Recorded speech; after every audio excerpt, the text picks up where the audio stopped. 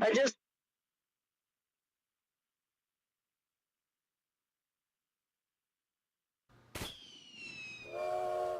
Don't say any F's and stuff.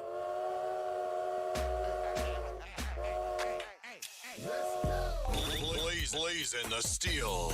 Bring the heat. Mixing non-stop. With the hottest DJ. I'm your host, Joshua Diaz. Non-stop.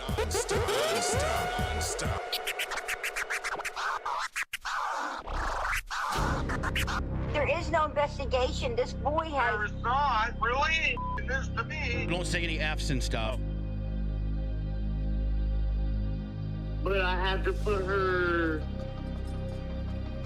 on the side and worry about I'm gonna the do boys. what I gotta do for me and my boys and my kids. Don't say any F's and stuff. There is no investigation. This boy There has. is not really this to me.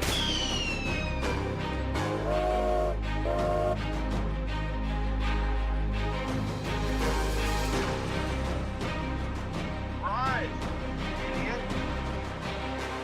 I've done my best. It's hard, that's real tough.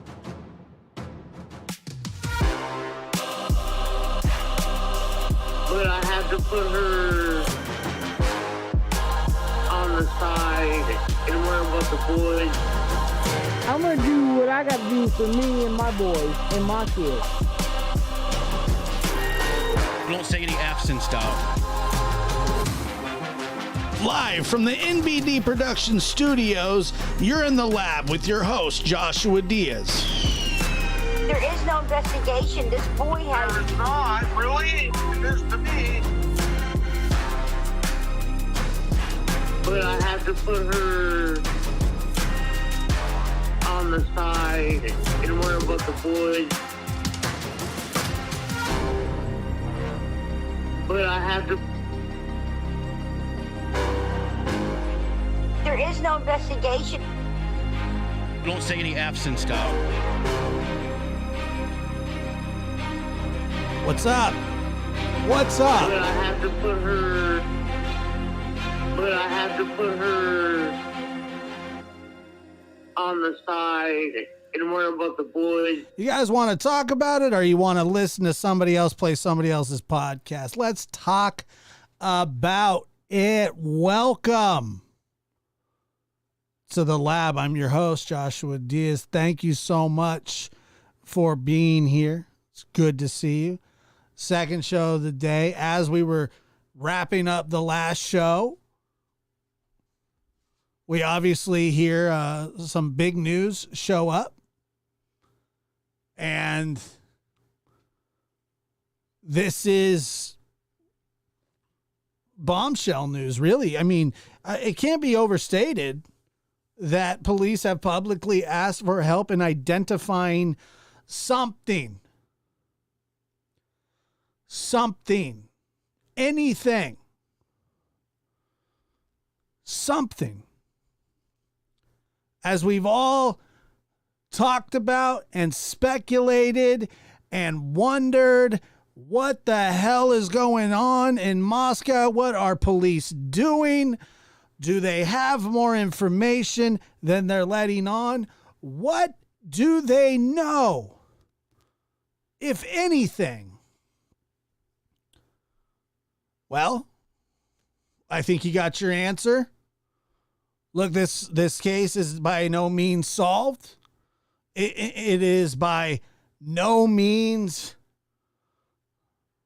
wrapped up, but it is moving. It is moving. 858-299-2504 is the number to call. We'll take your thoughts on this as long as, nobody has a mental breakdown on me. Victoria donated $5. Thank you so much. And she is happy to be here tonight, and I'm happy. I'm happy to be here tonight, too. That's right. Subscribing is free. Subscribing is free. I had a conversation with one of our favorite detectives this afternoon, and we were just talking about this case a little bit. And Yes, and I mean, you know what? That's tomorrow. So I do apologize. Pretty sure I changed the title. Did I not change the title? I think I changed the title. I'm sorry. But yeah, that's tomorrow.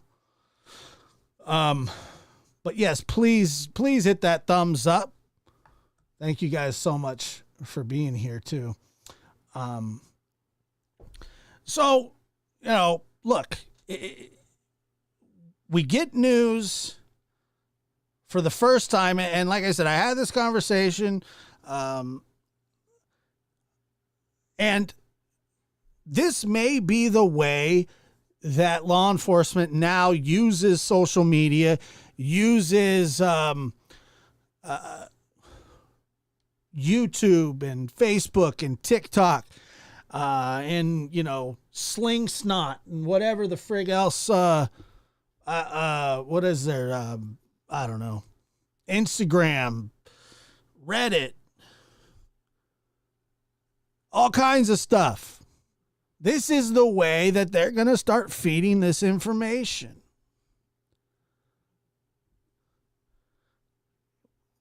We are the machine, or, you know, actually, I think it was referred to as like we're the beast. Social media is the beast, and you have to be careful what you feed it.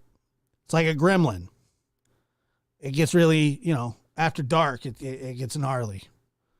And I think we all know that. I think we all know how gnarly it really is and how bad misinformation misinformation is so damaging to these cases. I still can't get over the fact that there are people, I read this with my own two eyes. I'm not the strongest reader in the class, but I can read. That Mr. Consalvis was being told by people that this isn't ever going to be solved. This case will go cold and you're going to have to do it. Nobody else. It's on you. Which is emotional manipulation, which is wrong, which is everything that is wrong with these cases. The fact that cold case was brought up 3 weeks into this is erroneous and asinine, frivolous. What else? Do you guys got other words? I got tons.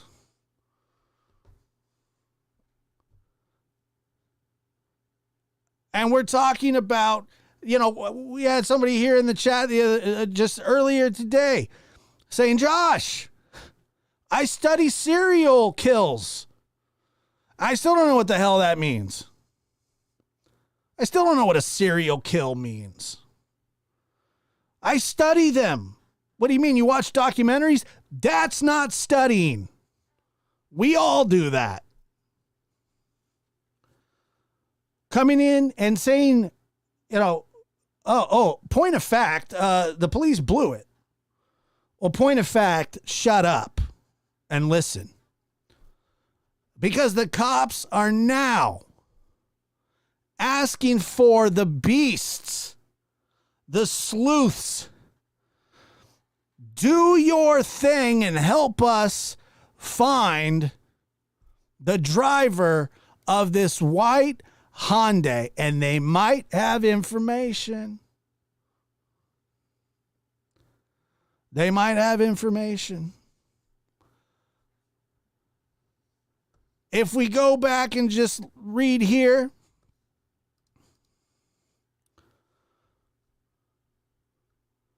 it says Moscow, Idaho detectives are interested, and by interested they mean let's talk. Yeah, interested is a polite way of saying it's time to talk. We're coming to find you. You might want to come to us before we find you. But before we do that, we are going to sick a legion of people on you. So you might as well come forward now. I can guarantee you there's people checking DMV records as we speak. Going, fly to the bumblebee. What do we got? Who are we talking to? What's going on? And for the first time in this investigation, specifically asking the general public, not just the local public, but the general public for help. The very first time, and I got to tell you, it's somewhat of a relief. Now, let's not put the cart before the horse. Is that the term? Cart before the horse? Apple before the cart? Goat before the carrot? Frog before the lily pad? You need the lily pad to land on. We don't have a lily pad yet. We got frogs. We got them.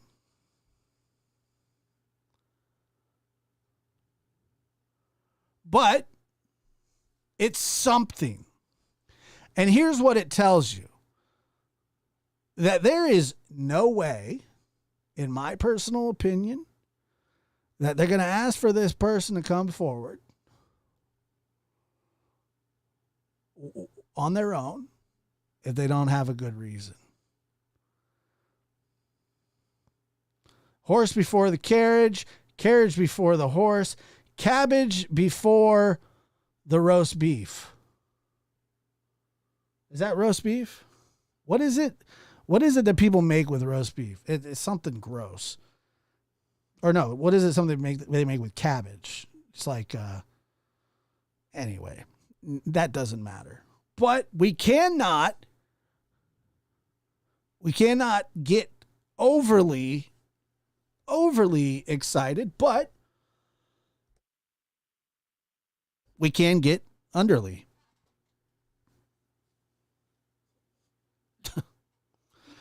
Underly? We get underly excited. The caboose before we the train. What's we the train? Corned beef and cabbage. Ugh. Spare me. Spare me. Cindy, I don't know if that's I don't know. I don't know if that's proper or not. Let's see. I don't know. Caller, go ahead. You're on the air, caller. Thank you. Oh, wow. What's up, dude? Yo, hey, I got a question for you. What do you think here, man? As far as, you know, like broadcasting everything on the air because the public always want answers, right? So, but like you were talking about before, about how it could all get shut down because of all the hearsay and the speculation and whatnot. Do you think it would be wise for LE to maybe put out misinformation to toy with the mind of the perp? Look, so yes and no. Look, they can direct. They're going to try and direct traffic in any way that they can. I don't necessarily know if they're going to want to put out misinformation, but if they do put out misinformation, it's probably to steer it in a direction that they want it to go.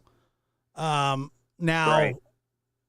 I think that the way that they really just go about it is they release nothing. They would rather say nothing and make them think that, hey, everything's okay. Everything's okay. We're under. Oh yeah, we're working. I never thought about it like that.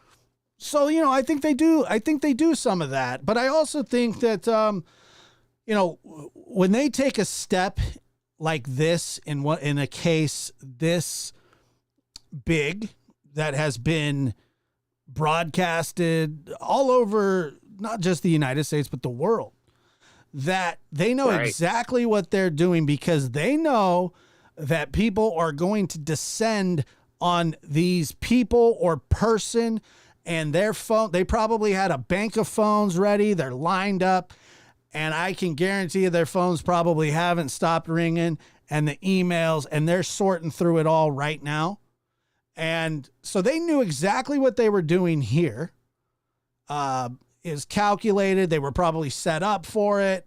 They've probably known for a day or so, so on and so forth. And they were ready today to, let's get this rolling, because we got some information.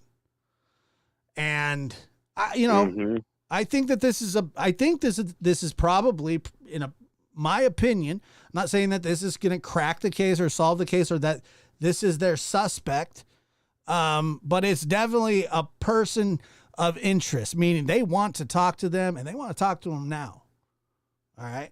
So I think, I think cops are allowed to lie, to perps, in the interview room. They're allowed to lie. It's a tactic that, I guess it's somewhat controversial, but, look, you're not dealing with honest Abes, when you, exactly, when you're in a interview room. So you have to have some advantage, some way, somehow. And I think that's what they're doing. Yeah. Yeah. Cause sometimes, it seems like the public, I could understand maybe if they were a little bit more forthcoming in the beginning with the families, but like sometimes, people are just demanding answers, and it's like, sometimes they're just starting all the answers to give right now. But I'll let you get back, man. I appreciate it. Thanks for your insight on that. Thank you. Thank you for the call. Yep. Later, guys. Take care. Off to a rousing start. Great call. Right out the gate. Love that. Caller, go ahead. You're on the air. Hello. Hello. Hi. Love the show. Thank you. And anyway, I had a question for you. I've kind of been wondering how you feel about this. Since the killer kind of seems to know their way around the house and stuff, do you feel like it's somebody that knew them and that had been in the house previously? Okay, it's a great question. And so I'm not like, especially on this case, I don't have like a major theory, but I do have a theory. Okay. And I'll share it with you. Basically, I think that it's somebody first of all, I don't think it's some Dexter type killing. Okay. Like, you know what I mean? Like I don't think it's some sophisticated, for lack of a better term, assassin who knows what they're doing and wipes everything down. I don't think any of that. What I think is, like a serial killer? No, I don't think that either. I think that it's somebody. No, I'm joking. Oh, I think it's somebody that was slighted.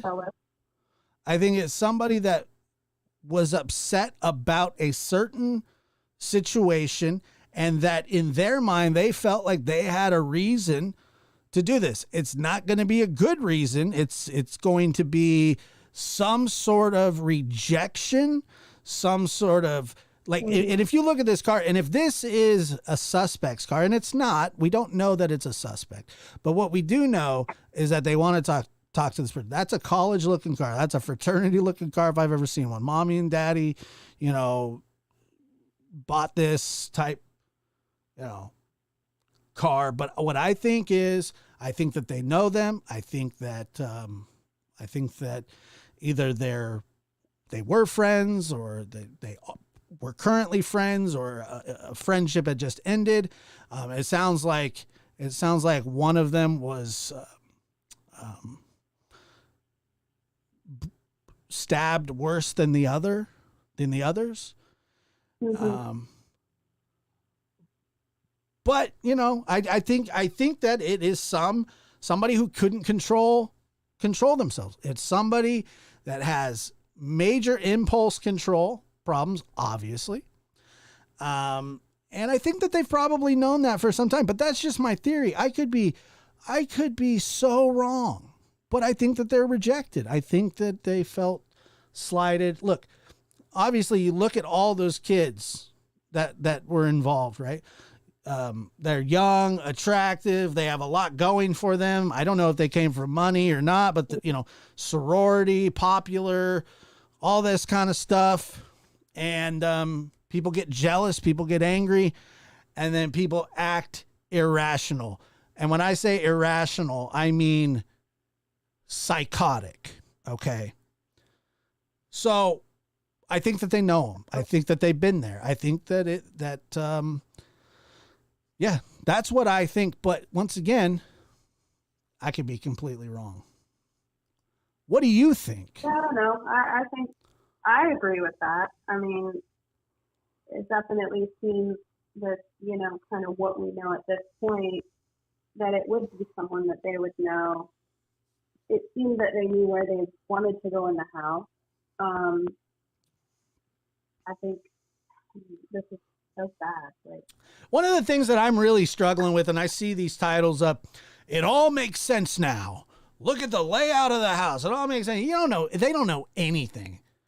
I hate that layout of the house stuff because, yeah, in all honesty, what is that telling anybody? Has anybody come up with anything substantial from the layout of the house? No, I don't think so. Well, no, not yet. Well, no, but right, police absolutely. might. But police might. Look, Yeah. for all we know, this guy came in the front door and came out the front door. That's true. I don't know. And so I get a little wound up when we hear these, people saying, oh, it's all about the levels of the house. And I was like, shut up. Like, you don't know what you're talking about. They don't know what they're talking about. I don't know what I'm talking about. We're just talking. You know what I mean? The layout of the absolutely. house. Yeah, I think. Somebody built a Yeah, 3D. Somebody built a 3D map of that house that's online. I saw it, and they're like, "Oh, I understand it so much better now." And I'm thinking, "No, you didn't. You just had a lot of time on your hands, and you've played Sims." Right. So, but yeah, I do think that it is somebody that they know. Yeah, I think somebody's familiar with the people, the home, probably maybe habits, stores, and things unlocked. Maybe not. I don't know. But time will tell. I'm glad that we got some news today about that car, and I'm sure, as you were saying, I think it is kind of a signal to those people, like, I'm going to give you a chance to come forward. Yeah. But if you don't, Yeah. Hopefully this is going to break loose. I think that they have a very strong interest in this person or persons, as they stated, Mm-hmm. or they wouldn't have taken this extraordinary step to. And by the way, they didn't say, "Hey, this person is not a suspect," because I've seen that too. When they say, "Hey, we want to talk to this person. They're not a suspect, but we think that they have information that it could be helpful." Trust me, if these people have information. If this person or people have information and they haven't came forward, it's for a reason. And they obviously haven't came forward because cops now are saying, hey, this car was in the vicinity of the house on that morning. We don't have their license plate, but we would really like to talk to them. That's a big deal to me. Now, I'm not saying that it's going to crack the case. I guess these people are crapping in their pants. Well, that's the point. That's the point because, they can search for them by themselves. But once again, it's also a way to placate the public and also to get help. This is how social media is supposed to work. Mm-hmm. More eyes on them. And yeah, I'm sure whoever, turned on that TV were like, everybody within, a 30-mile radius is probably like crap if they have a car that looks like this. Right. So for sure. It is going to be very interesting to see what comes out of this. And if somebody comes forward willingly, if they don't come forward willingly, they're gonna end up just drawing all kinds of heat on themselves already. But look, they put this out there knowing what we do. I say we, not me, but what people do to people who are not suspects, ruin their lives every day. Every day. And it's no different in this case either. But yeah, so anyway, I appreciate your phone call. Thank you so much. Yeah, absolutely. By the way, Mindful Mama Ray here. Love you guys. Oh, hi. How are you? I'm great. Christmas magic was really cool. Lots of fun. So it was a wonderful night, but glad to be able to tune into the second. Very good. Well, I appreciate it. Thank you so much, and we'll talk to you soon. Absolutely. Have a good night. You too. Another great call. We really do get great calls here. Let's see here. Caller, go ahead. You're on the air. Hello. I have a a real big question. Is this single mom? Yes, it is. Yeah, I called it. Hey, how are you? Doing good. How are you? I'm doing fine, thank you. My name wasn't important tonight. I was just going to get on into my question, but hey, we'll that's okay. We can exchange pleasantries. It's allowed. Oh, well, I mean, okay.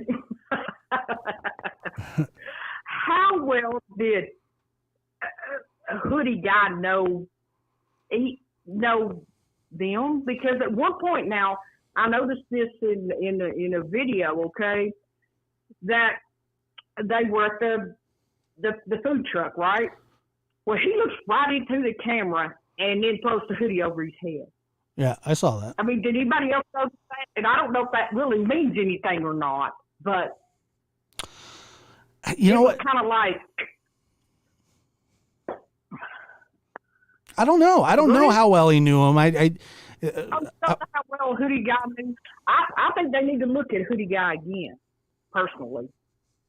And the two Jacks, yeah. Isn't so? He's not one of the Jacks. No, is he? I think he is. There's two Jacks. I don't keep up with them. But anyway, and the tactic of the police, they're early clearing people. I think they're clearing people too early, and they should never use that as a tactic. I'm sorry. Well, look, just because they're cleared doesn't mean that they can't be put on trial and subsequently, put on death row for this crime, which is what absolutely needs. This is a clear case of just capital punishment. I don't know if Idaho has it or not. I hope they do. Oh, good. Yeah, that makes it even better. So, but this whole. Clearly, Go ahead. No, you go ahead. Well, look, this whole notion of people getting cleared too fast, I don't buy it, because to me, it doesn't mean anything. Just because they say, hey, we've looked into this person, at this time we have nothing to indicate that they're involved in this crime. If the evidence changes, we'll follow where the evidence goes. And I read earlier that the police have talked to some people 2, even 3 times. So, right. So this whole notion of clearing doesn't mean it's not like a double jeopardy situation where you can't be tried for the same crime twice, right? No, I mean it's a tactic. They're trying to catch the person's actions. Well, I don't even know. They're going to be. I don't even know if it's a tactic as much as it is just as important to rule people out as it is to rule people in, if that makes sense. No, it's a tactic. It may be a tactic. You've never been in trouble. no, if you've ever been in trouble before, such as I, ruling people out early can very well be a tactic. It very well could be, but it doesn't mean that it is in this case. Now, I'm not saying that it's not something that they wouldn't do or they haven't done or they, but it's also extremely important to start ruling people out. Well, I'm going to put a twist to this, okay? Now, it's funny how law enforcement can use tactics, sit there and lie to you to get you to confess or whatever you need to do, but you lie to them, and where do you end up? In the jailhouse. Well, if you committed the crime. Excuse me? Well, if you commit the crime.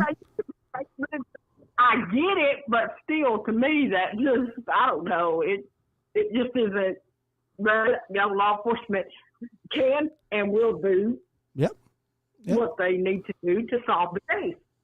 And this case is solvable, but, and if y'all think that the people is just going to go on up in that police station and say, hey, bud, I done that.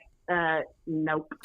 No, I don't think that that's what they're going to do. But what I think that they're trying to do is just put immense pressure on these, on this person or people. I think that it's probably somebody, I think it's one person, but once again, that's just me. I could be wrong. But, well, that's an awful lot of blood and things like that. For it, I'm kind of on the fence if it's just one person. Mm-hmm. Now, I agree. They use that big, what I call rainbow-like knife, but I'm on the fence if it's just one person. And I will be surprised if it turns out to be just one person. Yeah, see, I would be surprised if it came out to be two people, but, that's just how I feel. That doesn't mean anything. But one person can't have that much rage, can they? Oh, yeah, for sure. I mean, yeah. Oh, boy. And okay. I think that there's a certain look. I'm acutely aware of how brutal humans can be. They can be absolutely demonic and do the most evil things that you've ever heard of in your life, and things that will make you go, what's the purpose of life type evil, Right. And that's really what we're looking at here. And it could, I'm just saying that it could even just boil down to nothing more than a fraternity dispute. Because there are people in this world that are so insane that they feel that you can't slight them at all, or you're going to pay dearly. Right. Correct.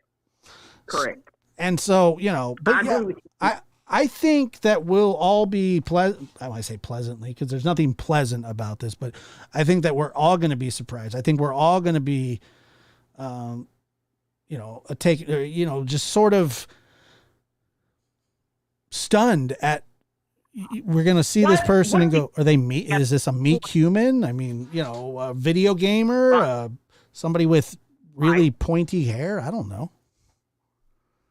What do you think at this point is law enforcement's biggest challenge? What would be law enforcement, in your opinion? Time. What do you think law enforcement's biggest challenge would be? Time. I think time and patience from the public, and look, if they could work this case at, and be able to cross every T and dot every I without people harping on them every second. But that's never going to happen. Right. I think that they are diligently working this case. I think that this case gets solved. And today, if you ask me, this is significant. It is. Right. Yes. Because they It wouldn't is. just It ask is. this. They would not just out of the blue ask for this information. They really have avoided they've avoided the public so far. They've done a fantastic job at it. But the problem is at the very beginning. What's that? I can agree with that. I was agreeing with you. Yeah, so I can agree with think that at the beginning of this, there were major miscommunications. There were mixed signals. There still is and can be, but we are talking about something out of a horror movie. Okay, small town, haven't had a homicide in 6 or 7 years. Boom, quadruple homicide. There's a killer on the loose. Local law enforcement responds. You got kids outside freaking out, passing out, and then you walk in to something just unheard of. Exactly. So, Exactly. but I do think it's time. In the future, a movie's going to be made of this. Probably. What do you think? Oh yeah, it won't take long either.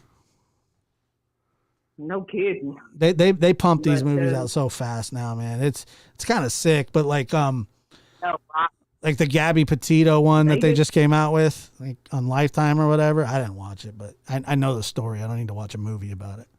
Which one? Which one? The Gabby Petito case. I have not watched that yet. I mean, I don't need to just because I already know what happens. I'm pretty sure I don't need to either. Yeah, it is. But yeah. So, domestic violence is serious. I was involved in that and was lucky enough to get out of it, and now I try to help people in that situation. That's all. I mean, you need more of that. I mean, it is one of those things where we always feel like, we want to help, and what is our, do we have expertise to help? Like, are we going to contribute anything to help? And the best way to help is like the same way, like I have always, wanted and have worked with victim witness where children lose their parents due to domestic violence. That's something that I know about. Well, my thing is my personal experience, is my main resource for helping others. I tell them my story and then say, here's you a helpline, or here's you, and if you need me, you let me know. But it seems like when they realize that the person they're talking to has experience in that, then they're more open. You know what I mean? They're more open to talk. Because they know, oh, whoa, I'm talking to somebody that know. So. No, I agree with you. Been there, done that type stuff, and that matters a lot. Like, if I'm trying to fix a lawnmower and I've never fixed a lawnmower before, and buddy down the street's like, hey, I've done this. I'll tell you how to do it. I'll help you out. You're gonna listen. Yes. Not to reduce that to a lawnmower, but it's just an example, simple example. Oh, I see what you're saying. Yeah, and not to reduce domestic violence, but I'm finding my biggest resource of help is just bringing out my personal story. Sure, absolutely. And mine was a doozy. I went to jail defending myself and my kids. I had to go to jail. It was awful. I spent 4 years. Yeah. I'm sorry that you had to go through that. Well, I mean, eventually I proved, self-defense, because the state of Tennessee works, which I live in Virginia now, and this was years ago. The state of Tennessee works, on self-defense like this. How do I put it, Josh? We have the law if you can prove it, and we don't have the law if you can't prove it. Uh-huh. Does that make sense? Yeah. Okay. So, yeah. But, yeah, I had to be in jail until it, yeah. 4 It years? was awful. For 4 years, yes. Until I could prove, they brought up my trial and I could prove self-defense. Yes, I was in jail for 4 years. That's a long time. Tell me about it. Wow. Wow. And then in the end, I'm glad it was ruled self-defense, but I never got an apology like, oh, well, we're sorry we've had to put you in jail this long. You know, I mean, I figured I would at least got some sort of an apology, but no, that didn't happen. But I was glad it was ruled self-defense, and I never got in trouble since, you know. I don't want to pry, but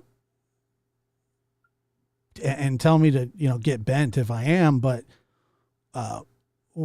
where is that person at now that you protected your family from? Away from me. I divorced him, and he's dead. Gotcha. By my hands. Sure. Yes. I mean, it was me or him. I understand. Huh? I understand. I do. Because And I don't feel sorry. I don't feel sorry for it. I really don't. But that was law enforcement's main thing too. When they picked me up, aren't you sorry? I want to go to jail for it. Aren't you sorry? No, am I supposed to be? wow. Yeah. And as you can see, just talking about it, I'm kind of heavy breathing. That's still the effects on me today. People do not think that domestic violence has long-term effects. Yes, they do. Yes, they do. I was pistol, and that, yeah. And then to spend 4 years in prison or jail or what? Jail. I mean, that's just, what a horrible situation that you had to go through. And I appreciate you sharing. I met other women in jail that was defending themselves too. That's how Tennessee law sees it. Of course, when they showed up, I was just standing over him, and I dropped the knife. So I had a weapon, I think, is why they took, you know what I mean. Sure. It was awful, but anyway. Sure. Tennessee law looks at everything different. No, they do. They'll jail you for self-defense. They'll let people out of jail early for other things. Never mind. Don't get me started there. No, I understand. And there's laws, like you said, specific laws for not only stand your ground, but self-defense. And even in domestic violence situations, they do take a really good look at those, and they should. And, like I said, I appreciate you sharing that. I hope I didn't pry it. Personally, I shouldn't, in my own opinion, and others, but it's done over with. I should not have ever went to jail to start with. I agree with you. Well, the court, the law agrees with you, or you'd still be in jail. But that doesn't take away the 4 years that you've lost and the damage that had been done to you psychologically, emotionally, physically. My children, I had kids at the time, and it's harsh looking at your kids growing up for 4 years, and you're on one side of the big old bulletproof window, and they're saying, "Mommy, are you okay?" That's sad. It is. I lost my mom due to domestic violence, and I wish that she would have been. I wish that she would have been able to defend herself too. And I'm so glad to hear that you were able to. For sure that I could myself. I wasn't for sure that I could.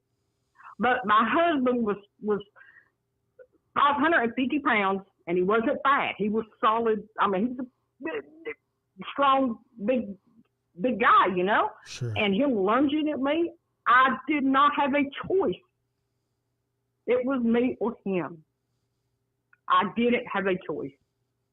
And my kids were gone that night with their grandparents, thank God, you know, so they didn't witness anything, but still to this day, it's on them. It was their father.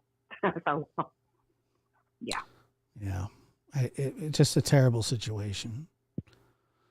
It is. It is. And no, I don't mind anybody asking. I just, you know, pant a little bit, and I may, you know, I get heavy breathing talking about it, but then I slow down and all that. But, you know, but that's the effects it has. Yeah. No, I understand. I understand. It's wow. You know, that's an amazing story.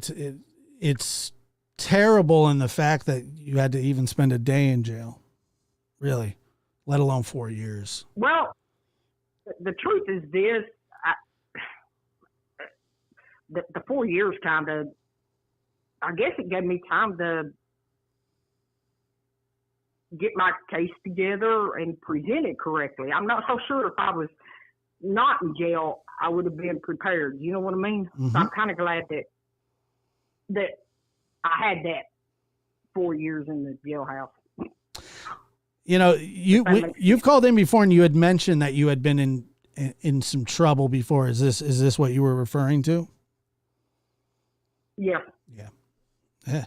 Look, they make TV shows about this stuff. Like sometimes, like I think that more women should be let off for losing it on a husband that's abused them for years, and then one day they smack them upside the head with a frying pan because they can't take their crap anymore because they're tired of getting beat on and told that they're worthless and you know everything else, and they hit them in the head with a frying pan and they die of a brain bleed, and then that person goes to prison the rest of their life. That's not fair. No, it's not. I'm totally. You are right. It's not fair. I begrudgingly done the 4 years. I mean, I was mad about the 4 years, but you know, it all kind of out of it. I was looking at 25 if self-defense didn't work. Sure. Yeah. I was going to go to prison. Yeah, I was looking at 25 to life if the self-defense did not work.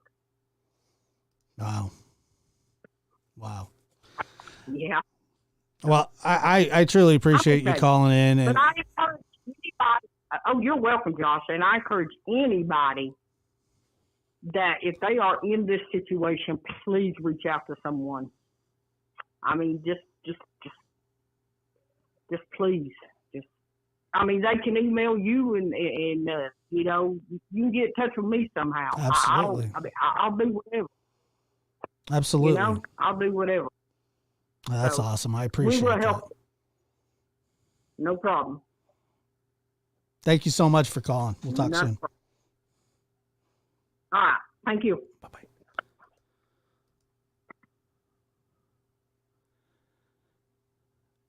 Heavy.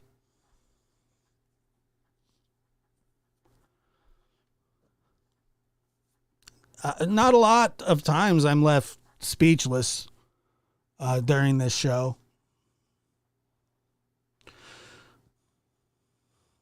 But I don't even know. Wow. Amazing.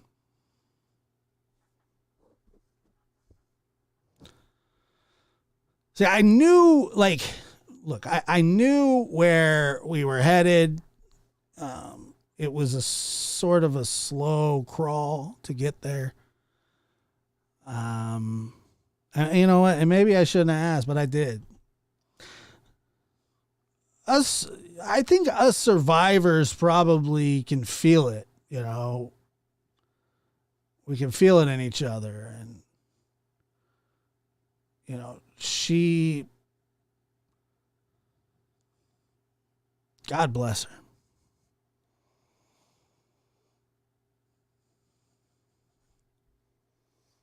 God bless her. Caller, go ahead. You're on the air. Hello, Josh. Hey, how are you? I'm doing all right. This is Suzanne. Hi. Always great to hear from you.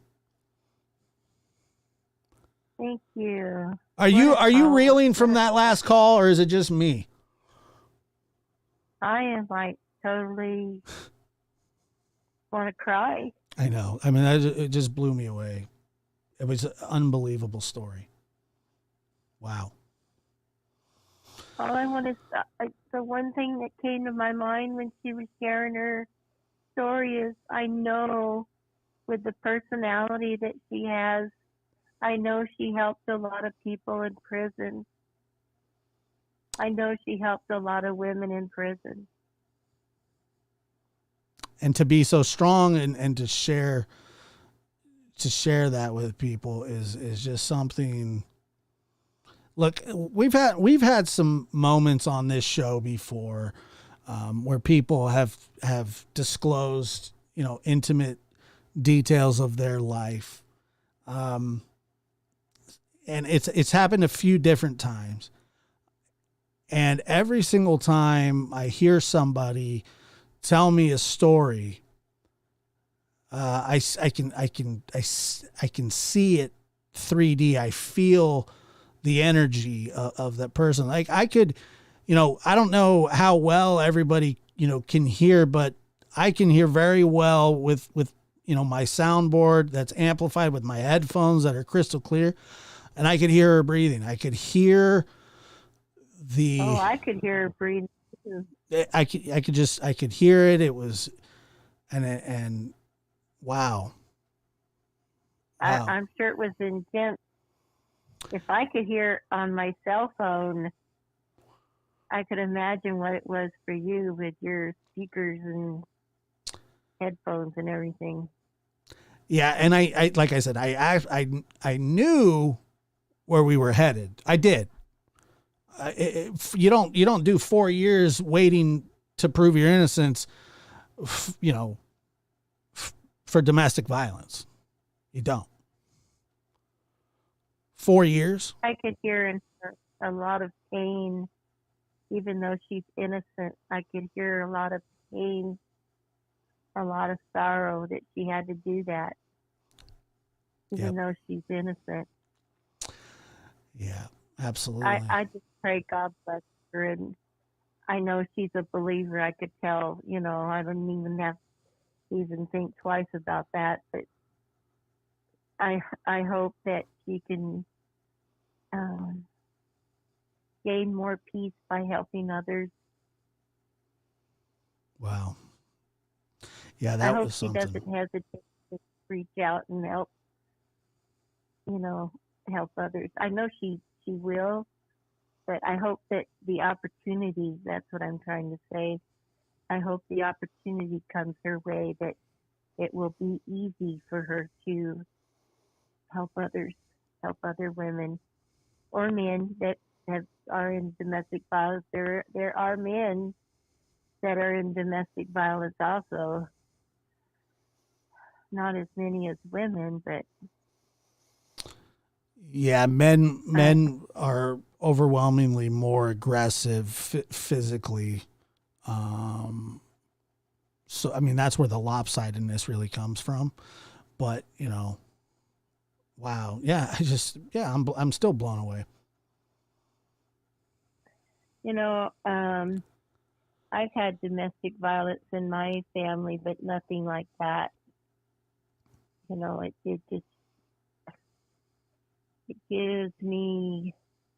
makes me want to kick myself in the butt and say, why do I complain sometimes? Why do I get depressed sometimes? Well, she helped me, and she doesn't even know it. Look, I there's a million things that I could say, and half of them wouldn't make sense.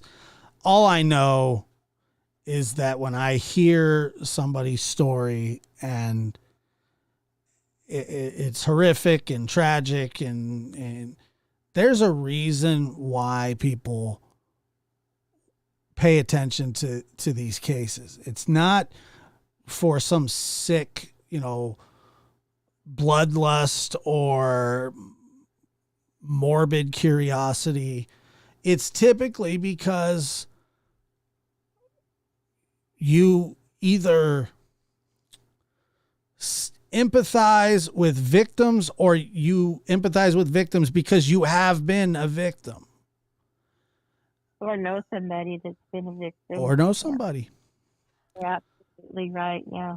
And I mean, it is truly, truly something unbelievable. And I just, like I said, I appreciate her sharing that. I'm sure you called in for another reason. I did. I hope I can remember. Well, the one thing, and this might be like so out of reach, and it might not even mean anything, but I don't know if it was today or yesterday. There was a picture that was brought up of all the kids that were living in the home, and they were standing. They were posed at one of the sorority apartments, or not the sorority apartments. The apartments not next to the house, but another set of apartments, and they were. You could tell by the way the picture was taken that it was one of the ones that have been shown in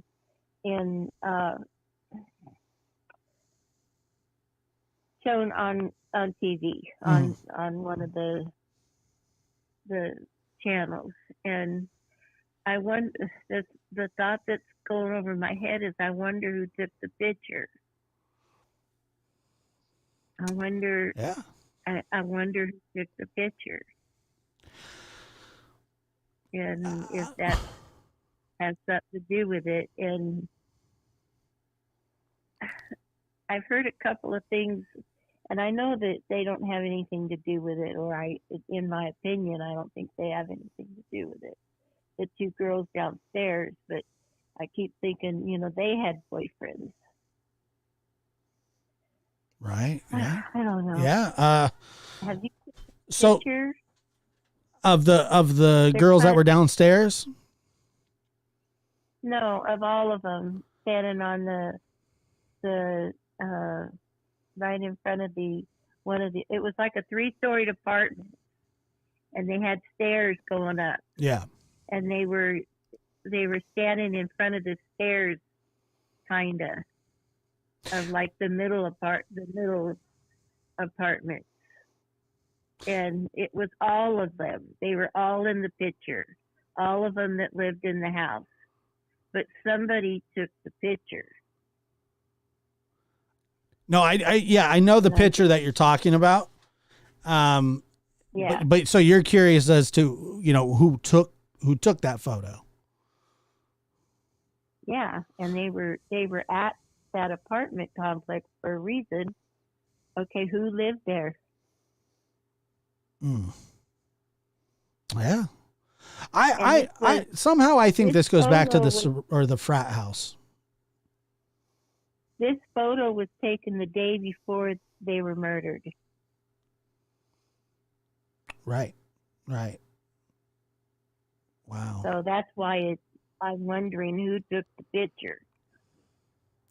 I mean, that could be important, and like you said, it could mean nothing at all. But for some reason, I'm feeling like this frat house that is literally a half a block away may have more answers. But then again, now you got the car in the mix, and like the who were the immediate friends, like you said, around them at the time.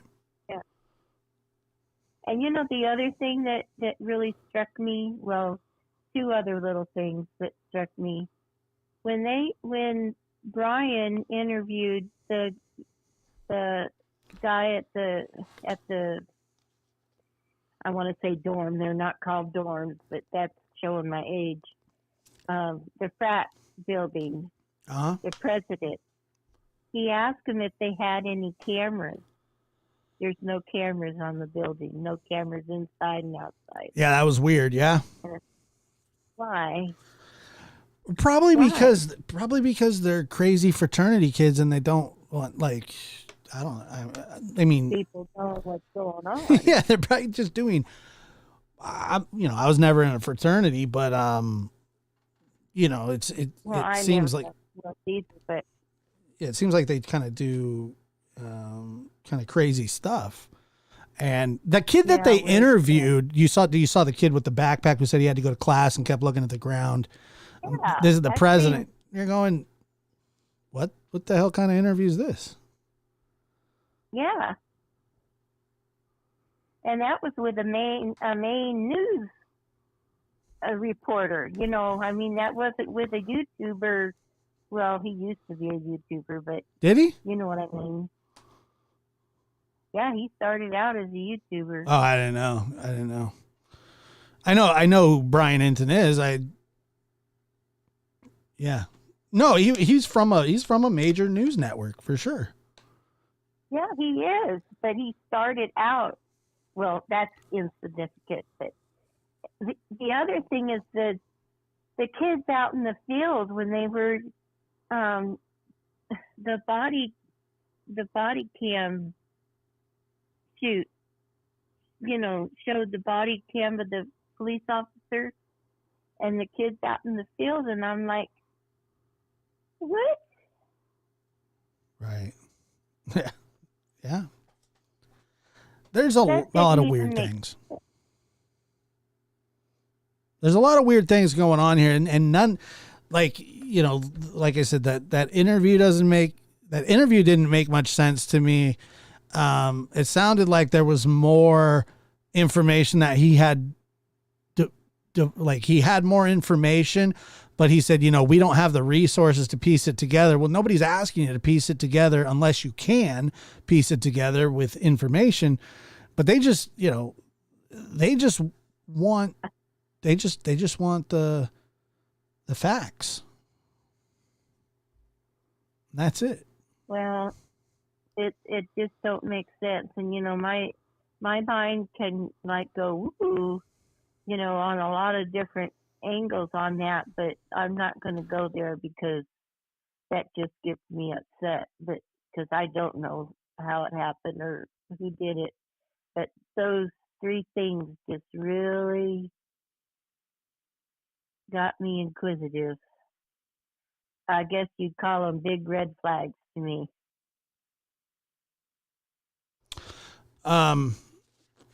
No, I absolutely agree with you. And how's the weather in Phoenix, by the way? Is it cold? I'm not in Phoenix. I'm in California. Oh, yeah, great.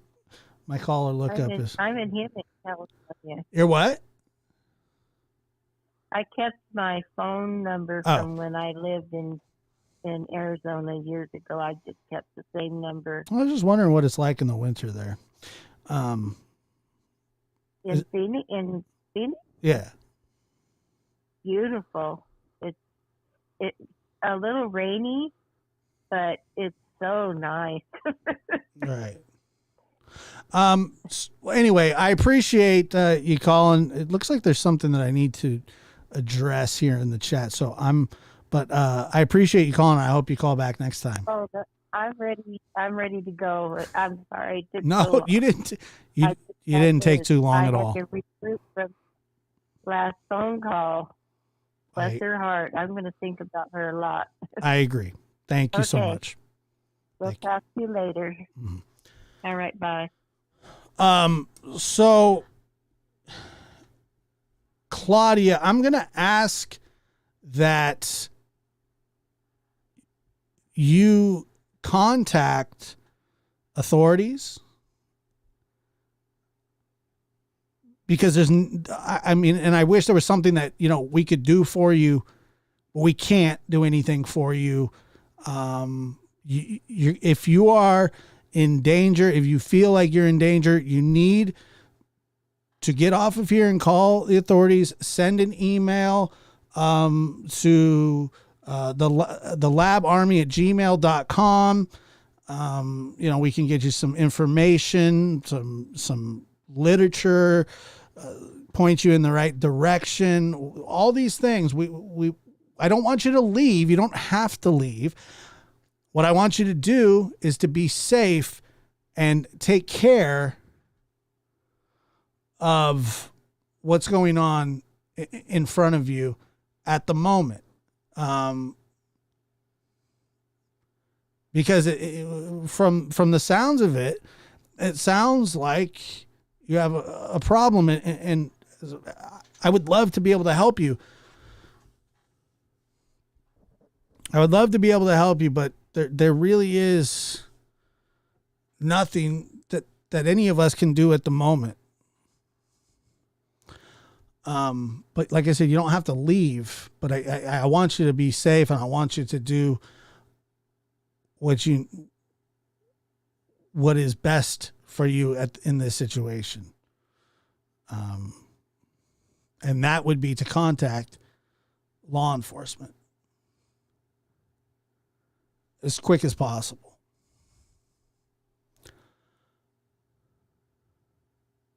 Right. Like I said, it needs to go to law enforcement. Please. Please. I really do. I think that needs to happen. Caller, go ahead. You're on the air. Hey, it's Irina. I'm with Lovely Things. How are you? Good. How are you? I apologize about the chit chat last night with Travis. Oh, was that you? Yeah. No, Travis was my fault. Trust me. Travis was my fault. I don't mean to get anybody upset or anything like that, but I was just trying to explain to him that I know it's hard for the father to deal with the situation. It's horrific. I can't even imagine. I don't wish that on my own enemy, but I feel like sometimes when we're acting on emotions, we can make things worse, and I'm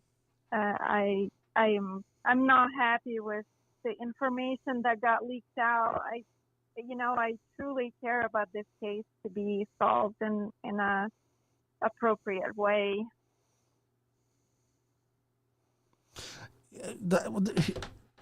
It's so highly charged, and everybody has an opinion about this case. And look, if this is bad for your mental health, I'm not talking about you specifically, I'm just making a blanket statement. If this is bad for your mental health, if you're struggling with anxiety and fear and all these things, you got to take a break from this kind of stuff. You can't let it rule your life. People always say, I get this all the time. How do you make light? Why do you laugh? Well, first of all, that's really how I've learned how to cope just in life is, sarcasm, humor. And when I need to be serious, then, I'll be serious. And with all due respect to every victim that I cover, I have no ill intent. I'm not, the whole thing with Travis last night, I thought he was kind of putting it on. I thought he was putting it on a little bit. And as it went farther and farther down the road, I realized that this person may be distressed and that this really may not be the place for them to be interacting. And I'm sort of feeling the same way about a certain somebody as well, because look, I want this to be a safe place for people to talk, but we can't do anything here for you. There are resources out there, and our chat puts it, or our mods put helpful resources in the chat, but that's all that we can do. Okay. And so I don't think that you did anything to.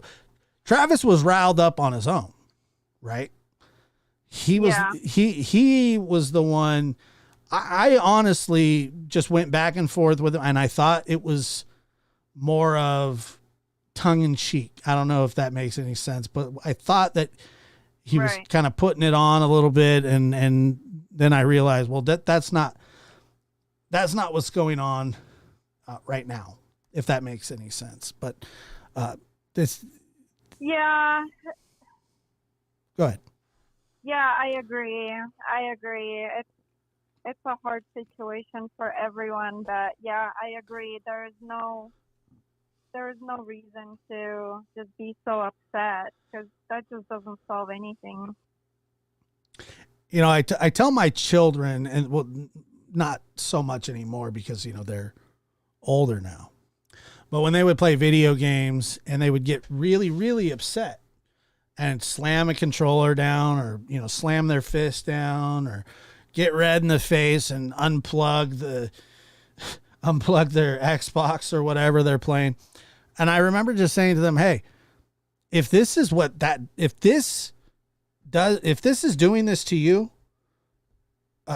you shouldn't be playing, you know? Right.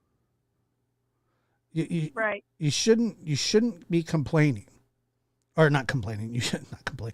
You shouldn't be playing, and you shouldn't let this, you know, ruin the experience of, look, we're all in this because, like I said, we either have had something happen to us, or we're very interested, and we're caring, and, you know, so on and so forth.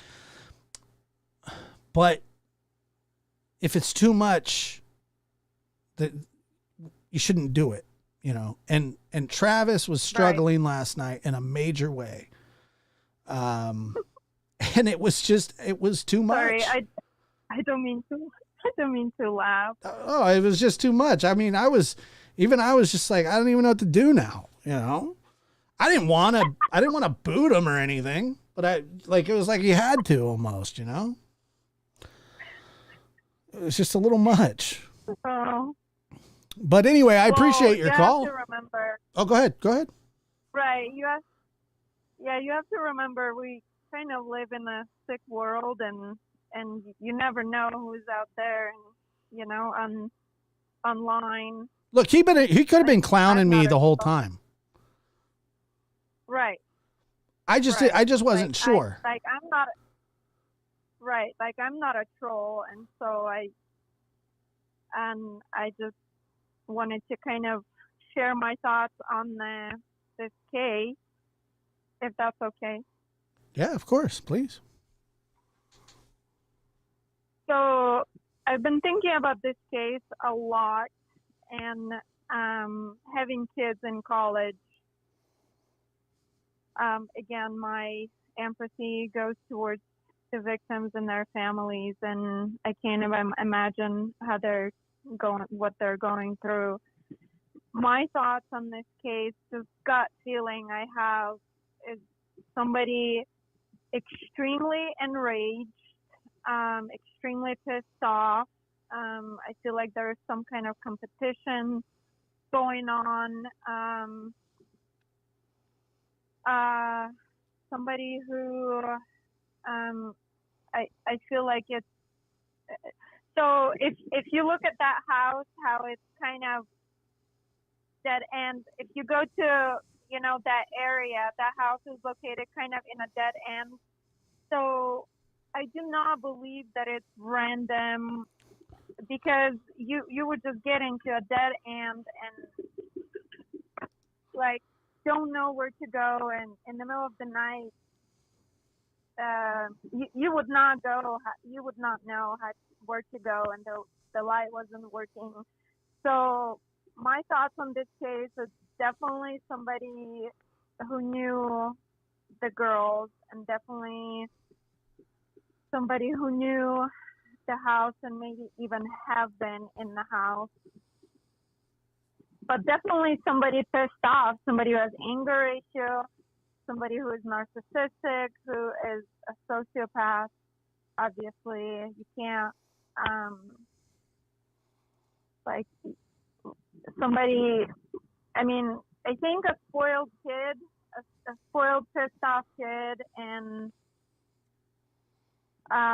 but these are my thoughts on this case. No, I just read a story the other day about a little 10-year-old kid who killed his mom because she wouldn't buy him a like the whatever the virtual reality face, whatever the frig it is, I don't know. And I'm sitting there going like, can a 10-year-old be evil? Can a 10-year-old understand the severity of what they just did? The answer that I came up with is yes, because because it would happen all the time, and it is rare that those things happen, but they do happen, and it blows me away. But like you said, we've gone from we've just gone from like a society that Little House on the Prairie was on just a little while ago. And I was telling Linda, I said, look, they don't make shows like this anymore. Right. These are good moral shows and stuff like that. And everything is first person shooter, violence, desensitizing children.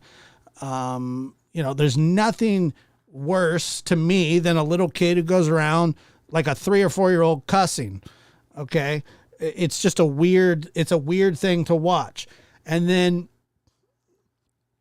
or even to hear, and then, so on, you keep going and going. And then now you have a 10-year-old kid who's taking his own mother's life because she won't buy him something. Yeah. Evil. I don't think evil can even describe that. I don't even know what that qualifies under anymore. It's just so off the rails. And I think, like you said, that, this person will probably be a loner who has been slighted, rejected, made fun of, whatever. None of those are good reasons to kill or hurt or take your psychotic anger out on anybody. And so, it's not, I'm not like blaming society. What I am blaming is we allow not just our kids, but ourselves. I mean, the more stuff you take, back in, I don't know, the 50s and 60s when, John Wayne was on and stuff and somebody would get shot, you'd see a puff of smoke and somebody like grab their chest and fall off a horse or something. Right. And then Saving Private Ryan comes out and they're showing people's intestines and their heads popping off. And it was shocking to see that. I remember being at the theater watching people walk out because it was so realistic. You know what I mean? And even though it was a movie, I mean, they had it down. And the graphics now have changed and we're so desensitized. And that's why we really, you have to guard your children from that kind of stuff because it really does imprint on their brain at some point. Yeah. And, Yeah, completely agree. That's my old man rant. No, I completely agree. I really appreciate your show. There's only few that I can handle to watch. I really appreciate your about the West Memphis 3 I watched. I was really impressed with that. Thank you. I appreciate that. The person that you had there, I really appreciate your channel, and thank you for letting me participate. Thank you. You take care. Thank you for calling. I hope you call again. You too. Will do. Thank you. Bye-bye. Bye. So I want to play this once again. Fantastic calls. Thank you guys so much for making it a successful call-in show. Like I said, these shows are so highly charged, and so we got to be careful, and we got to respect everybody's opinions.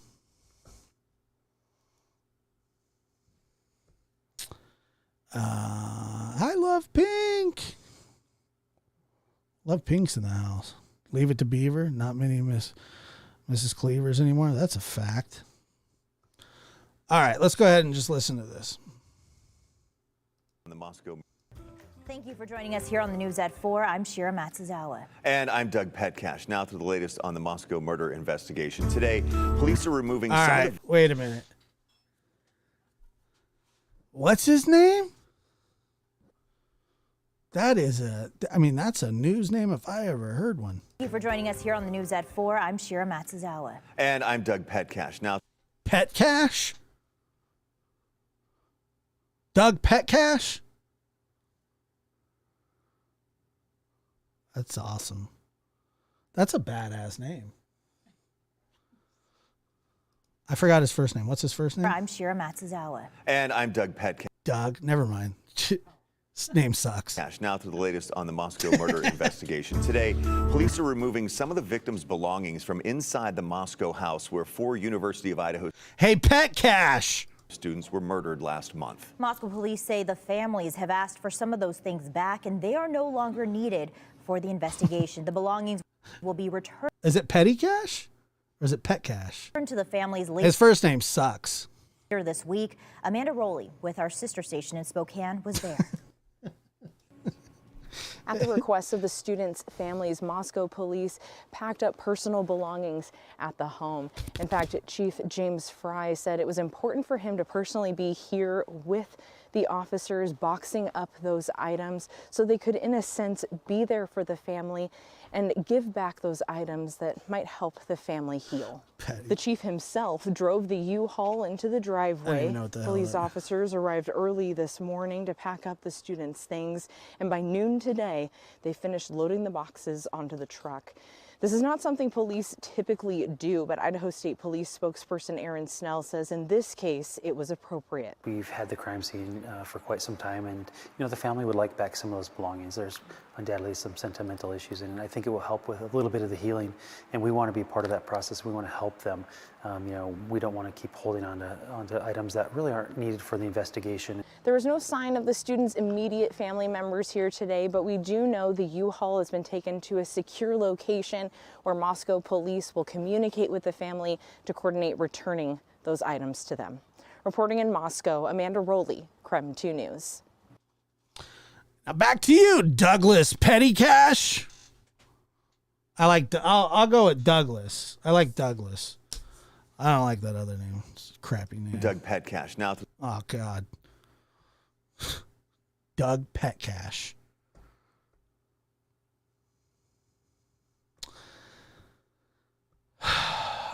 Yeah,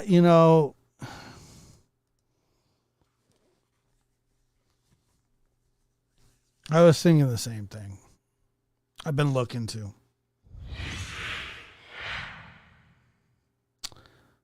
And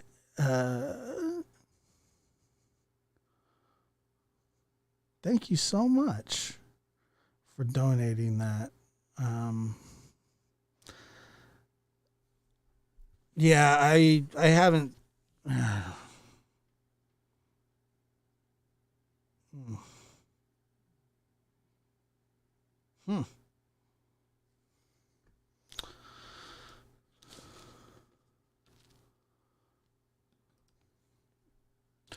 Caller, go ahead. You're on the air.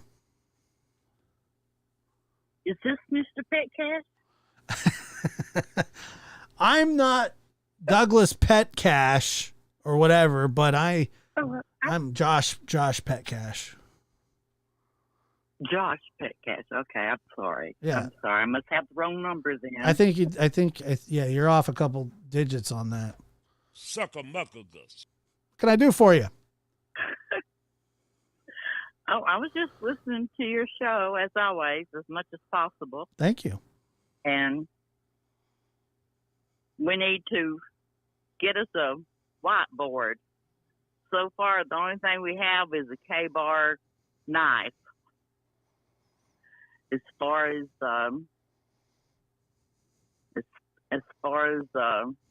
people, I don't think we have not really one person on there. Well, I mean, now what we have is somebody that drives that Hyundai. White car. Exactly. But we are 100% sure on the knife. We're not. We're maybe 99% sure on the car. They believe, so the way that I interpret it, and let me bring this up here again. So the way that I interpret this, what's that? Am I interrupting your pet cash? No, I'm done. I'm done with Doug in so many ways. Detectives are looking for context to events and people involved in these murders to assist with the ongoing investigation. Sorry, that's not what I'm looking for. What is going on here? Okay, here it is. So this is the way that I read it personally. That there are more than one. There's more than one mitigating factor, okay? And that's the reason that they want to talk to this person. So, it says tips and leads have led investigators to look for additional information about a vehicle being, let's see, in the immediate area. Immediate area is pretty self-explanatory.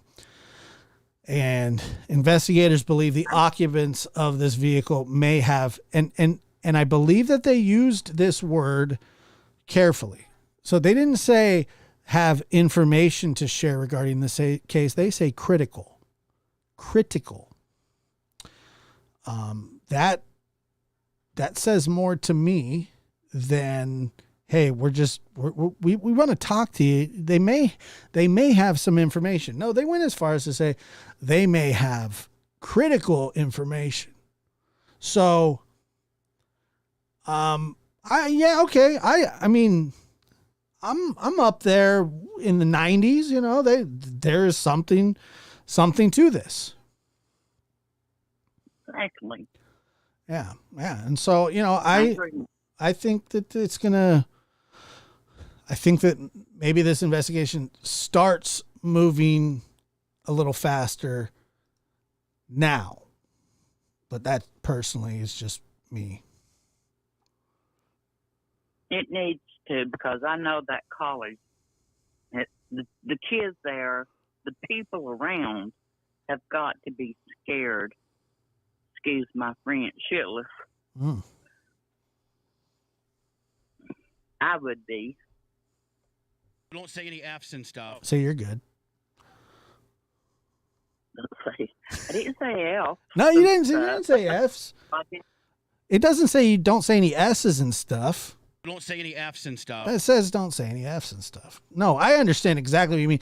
But here's the thing. I don't think it's ever going to go back to normal. Well, I mean, eventually it will, but not anytime soon. Even when this is solved, even when this person is convicted and locked away, these kind of things just take years, decades. I agree with you.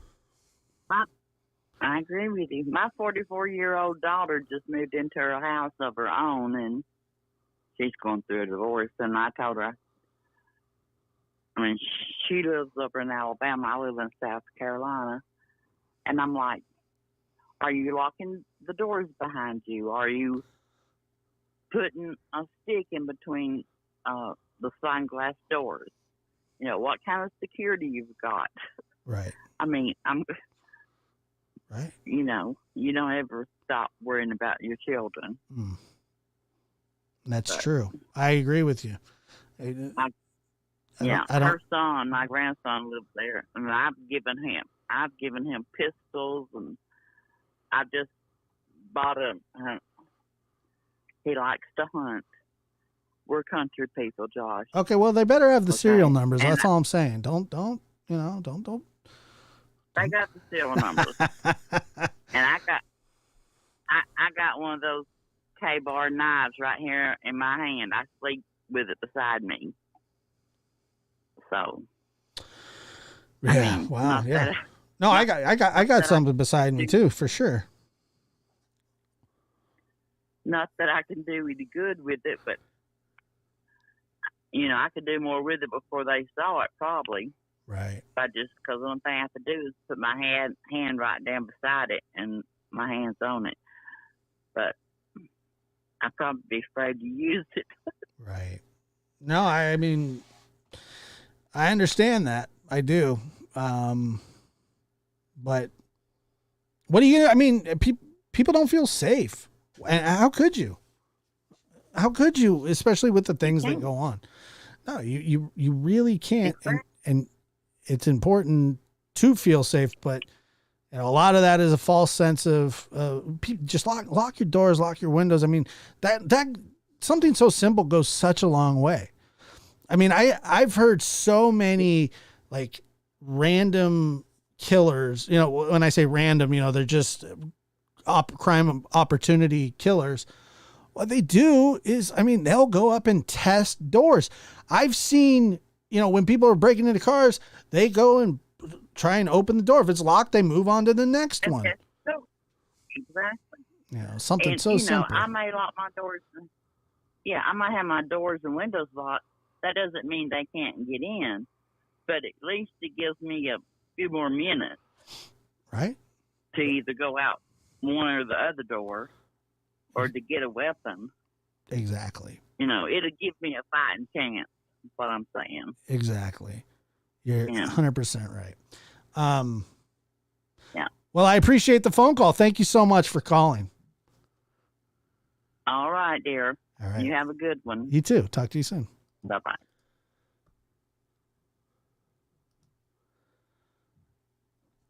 Go ahead, caller. You're on the air. Hello. Hello. Am I live right now? Hi. I just have a minute to talk. This might seem a little off topic, but I was just thinking about how, well, for one, I'm happy that you make these streams and all of your content advocating for the victims and their families, spreading awareness that these cases need to have. Thank you. Thank you. And second of all, I was just thinking about how over the past couple of years, how there have been channels like yours that have made content like this, and clearly there are people that keep up with these cases. And I would just like to say that even though we don't necessarily need to all make content, I do think that we hold a responsibility having this knowledge and sharing what we know in order to advocate for these people and not let these cases die out and become cold. Absolutely. It is the fact that, first of all, the fact that anybody listens to me has always baffled me. And, I don't think I'm some super talent by any stretch of the imagination. But I kind of have tried to fuse two things together, doing a show, but also I do enjoy talking about these cases from, a critical thinking standpoint. I'm no expert on anything here other than, having my own trials and tribulations in life. And it's not only an honor, but it's a privilege, and it's something that I think some people take too lightly. And, Right. I'm sure I've done that as well in the past. And as I continue forward, I do understand the great responsibility that we actually do have to be better, to be honest, to be forthcoming, to not gaslight, and to enhance the craziness of what's going on. Mhm. A lot of people, do that. They really do. And, it gets old. It's frustrating. It really is frustrating. Like I said, I there's so many times where I just say, like, look, I could go talk about, I've done it before. I've done it. I've went and just done shows about literally nothing. We just go and talk. And as fun as that is, there's no fulfillment there other than like it's a job, and people might enjoy the show and think it's for them. But I don't see why, we can't, like I said, the whole, it's not, look, this isn't, I wouldn't say this is a comedy show by any stretch of the imagination. First of all, it's not that funny. Second of all, I'm not that funny. And these cases aren't funny at I all. think you're plenty funny. Oh, okay. Look, okay. So there you go. I appreciate that. I think that, but I do think that humor somehow, some way is a stress relief. Yes, because these are very intense stories, and we can adopt an idea that we're helpless bystanders. And I really think that we would at least feel rest assured that at least someone is, keeping these alive. And I really think that what people may underestimate is the power of pressure on these law enforcement agencies, because I think if they were to understand that people are not going to let these cases slide, I do think that it really would have an impact. And that's why I say, like, the importance of people bringing these things to light, bringing them up, especially with cases like Harmony's and Summers. I do, like I said, I understand the comic relief, just because there are many times that I've been brought to tears thinking about these children and what some of their family members or how the community feels about them just being seemingly forgotten. No, I mean, you're 100% right. And like in Summer's case, I think that is something that happens all too often. And it's just like, it's so frustrating, because you see all these other cases move along with significant. We don't know. We haven't learned anything significant in Summer Wells' case. Nothing. Absolutely not. And but if we were to just drop it, I'm not saying that law enforcement wants to completely sweep it under the rug, and some might argue that is what they want to do. It's hard to tell what they're trying to do here. Right. Well, they're not pinning anybody against the wall here and saying, hey, tell us where Summer is either. So it's just, so I completely agree with what you're saying. And yes, it is a privilege to be able to do that kind of thing and speak about these cases. It really is. And it should be taken, it should be taken very seriously. Yes, because one thing I have to say as somebody who has been a victim of certain horrors, I would describe it. You know, I guess that may or may not be considered biased, but I can't help but feel like how would we feel as people if this was a family member of ours, or if this was you yourself? You know, for these things to slide by, I just would find that so devastating. I think we need to keep in mind that these are real children that have or had a future. These are not only children but adults. I mean, and if they're not going to try harder and there's not that pressure from a community, I could see that becoming less of a priority to them. Sure. I absolutely agree. I mean, it's like the old saying, the squeaky wheel gets the grease. And sometimes that's what needs to happen. And there are ways to do it respectfully. And then there are times where, you know, more, I wouldn't say severe action, but something more serious needs to take place. I mean, you have a right to, I wouldn't say demand, but, you know, want answers. And it's not even like Summer Wells can't demand answers. Okay. And usually what happens is your family's the one that would demand the answers. Dawn and Candace aren't demanding anything.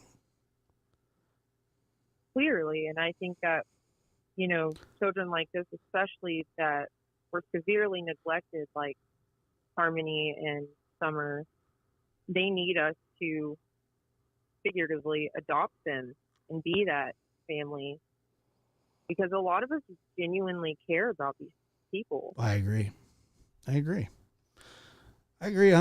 I mean, it's tough. Right. And it wears you down sometimes. Definitely the frustration. Yeah. Yep. I mean, how long are we looking at? A year and a half now? I think I think 18 months. Yeah. I just find that. With nothing, by the way, not just 18 months, but 18 months with nothing. Stick in the mud. Nothing, Exactly. you know, and I think of people like Ronnie Lawson, for example. If he's not catching much slack anymore, maybe something like an uprising of advocation for her would potentially pressure him into outsourcing the help. I mean, think of these small police forces that don't have these resources, that absolutely refuse outside help for some prideful ego that's seeping through. And if they finally are frustrated enough with not having answers themselves, let's say with an angry mob, I really do wonder if that could help them surrender something like this. So I think, you know, there were reports coming out that the TBI was handling this investigation and that Hawkins County had turned it over to TBI. None of that's true. TBI and Hawkins County are still working together. As I understand, I heard somebody on another channel today say that TBI is the lead on this. And from what I understand, I'm told that Hawkins County is lead on it. Doesn't matter who's lead. It doesn't matter who's what. It matters getting the case solved. And I think sometimes egos can get in the way. I think that sometimes, this whole jurisdiction, we don't want help. We don't need help. If you're not solving cases, then you need help. You need the help. And I feel it's just me personally, but 18 months and nothing, Unacceptable. not even it's just so odd. Not even one single lead. No, nothing. Nothing. I'd ask everybody to think about what you were doing 18 months ago and to think of every single day since then without an answer if this were your friend or family member, how agonizing that would be. Extremely. But that family apparently is okay with having people disappear in their family and then it just going away. How that is possible, I have no idea. I'm getting stacked up on calls here, or I'd love to keep talking, but I want you to call back next time. We can talk about this more. All right. Thank you so much. I appreciate it. Thank you so much. Bye. All right. Bye.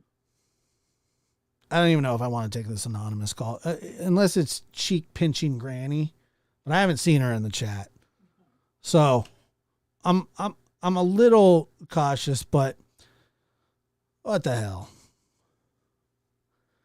Go ahead, anonymous caller. Hey, this is Grandpa. Right. So that was fun. Yeah. Hey, Grandpa. Yeah. Okay, cool. Anything else?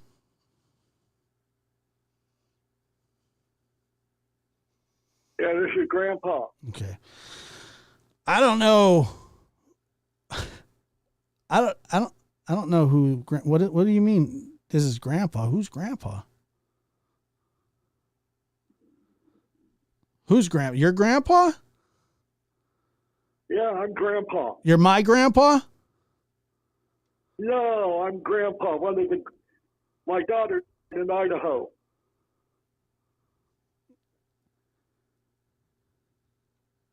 I'm a grandpa. Yeah. Okay. That's awesome. Me too. Do you have a question?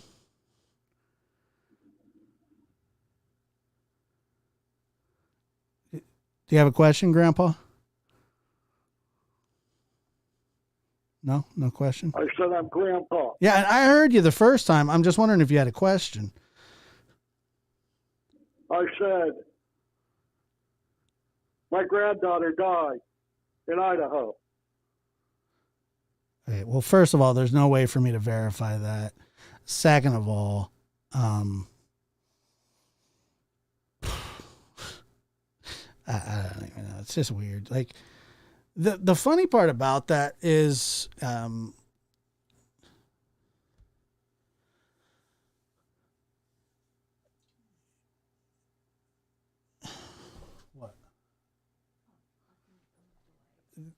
whoever that was, and I don't know who it was, nor do I care who it was.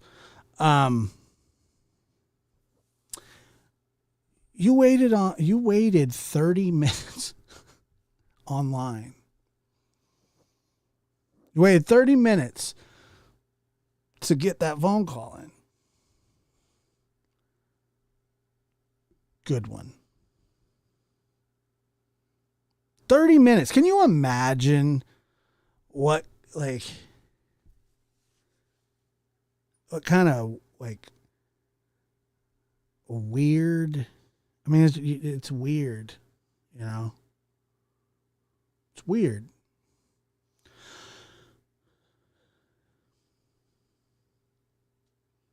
You know what? It's actually worse than weird because, first of all, it's not. You're right. People are saying it's not funny. It's not funny. I didn't think it was funny. But at the same time, like it does kind of show you the human behavior and how lame and weird and stupid. And I'm telling you, I kept that person on hold on purpose to see if they really wanted to get through. It's a tactic that we all should use. I sat there, I looked at the screen, said anonymous. I have people call the show anonymous. Typically, I don't answer anonymous calls.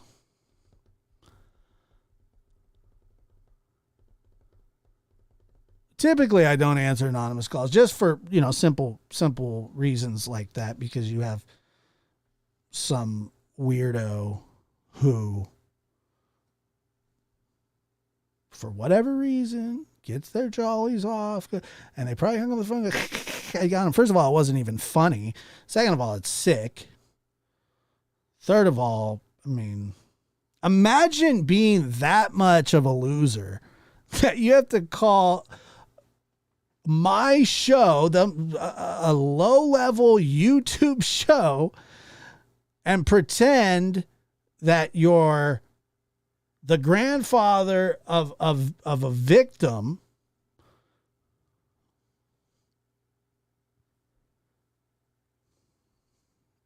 It's crazy. Crazy. Shame on you. You need a life. Appreciate you guys being here. Thank you so much for all the great calls, except that last one. Whoever that was, they can kiss my ass. Blazing the steel. Bring the heat. Mix it non-stop. Non-stop. With the hottest DJ. I'm your host, Joshua Diaz. Non-stop.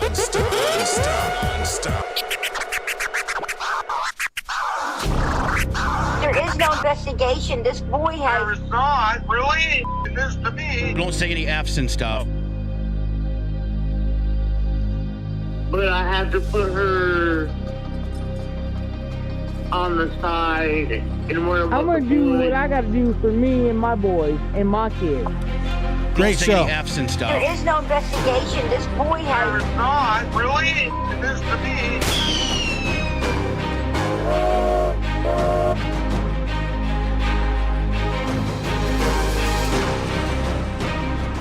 Right, idiot. I've done my best. It's hard, that's real tough.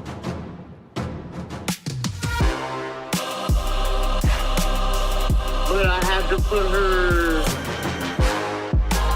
on the side and worry about the boys. I'm gonna do what I gotta do for me and my boys and my kids. Don't say any F's and stuff. Live from the NBD Production Studios, you're in the lab with your host, Joshua Diaz. There is no investigation. This boy has. There is not, really? This to me. But I have to put her on the side and worry about the boys. But I have to. There is no investigation. Don't say any F's and stuff.